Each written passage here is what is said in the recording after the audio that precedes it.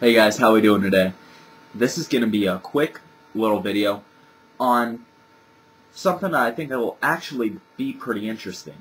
This is going to be the top 15 sellers in the world today by Fragrancenet. Now, why Fragrancenet isn't every place averaged into one, they are one of the world's biggest online retailers, so I thought this would be a great video to kind of get an idea of what's going out there more than other things in the market today. But I won't make this video too long. Let's go to the list. And you guys probably all guessed what's at the top of the list. And if you guessed Giorgio Armani's Acqua di Gio, you are 100% correct. Acqua di Gio has been the top seller in the States the last 10 years. And it seems it's getting around the world quite a bit too. Number 2, though, is one that I didn't really think would be number 2, and that's actually a Hugo Boss fragrance. That's Boss number 6, or Boss Bottle, by Hugo Boss. Number 3 on the list is everybody's high school fragrance, and that is David Off's Cool Water.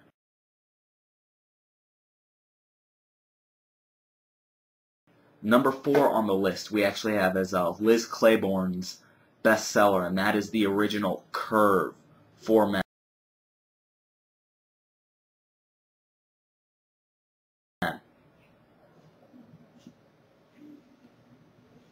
Then we have Dolce & Gabbana Pour Homme as next on the list. Now, with Dolce & Gabbana Pour Homme, for it being this high on the list, I actually can honestly say I haven't really smelt it around at all. Actually, at all. And I mean, Dolce & Gabbana's Pour Homme projects pretty freaking well. But hey, it must just be my area. It must not be selling that well in my area. Or I just haven't been around it, either or. Next on the list we have Calvin Klein fragrance, and this is Calvin Klein's Original Eternity. Now, Calvin Klein's Eternity has been out a while, so it does have an awful lot of fans, and I'm guessing a lot of that has to do with repeat buyers. I do enjoy Eternity a lot, though. Actually, I forget what number I'm at, but the next on the list is Jean-Paul Gaultier's Le Male. I actually thought this might be a little bit higher on the list because it has a lot of popularity in Europe and is starting to get actually pretty popular here in the States as well. Then, after Le Male, we actually have another very sweet fragrance, and this is by the Joop House. This is the original Joop Homme in the big pink bottle. The super sugary sweet fragrance. That one I have smelled around a little bit. Next in line we do have is Kenneth Cole's Black. This one really surprised me, but Kenneth Cole's Black can be found for a pretty cheap price around, and it does kind of have that minty, super fresh, kind of dark fruity opening that smells pretty good on paper, so this one is probably a big paper seller. And after Kenneth Cole's Black, we do have L'Odyssée by Issey Miyake. This is another one I thought would be higher on the list. I'm actually kind of happy it's not higher on the list. That means less people wear it, so I might be a little more unique. But Issey Miyake rounded out the top 10. Now number 11 on the list.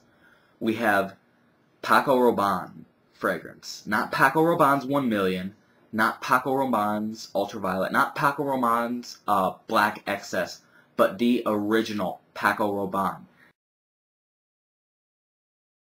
This is more of a 80s power fragrance. I'm actually kind of surprised it's this high on the list, but I think it has to do a lot with kind of Eternity and the repeat buyers.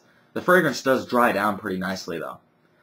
Another one is, oh my god, it's good for an older gentleman, and it's a cheap fragrance too. I mean, you can get a 4-ounce bottle for around 20 bucks, and that's the original PS by Paul Sebastian.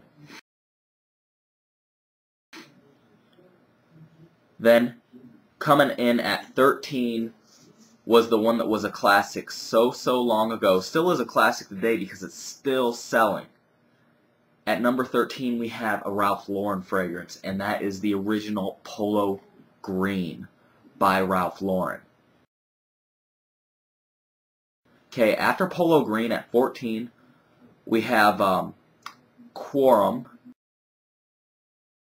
by Antonio Pogue. It looks like I'm horrible with names. You guys know this. And rounding out the top 15, it ends with Tuscany, and that is by Armani. Alright?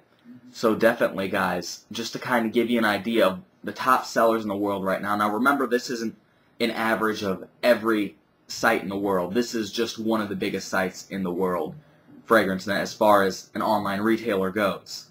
So just to kind of give you an idea of, what's around. But my question to you, and the whole point of this video, is out of these top 15 fragrances I've listed, what would you say are the 5 that you most have smelled around? Alright, guys? But definitely, please comment or put a video response in the section below. And definitely, people, I'm sorry this was just a little quick one, but just wanted to get it out there so we know what the top sellers in the world are right now. But yep, always rate, comment, subscribe, and tell me what you think, okay, guys? Alright, I'll see you later. Bye.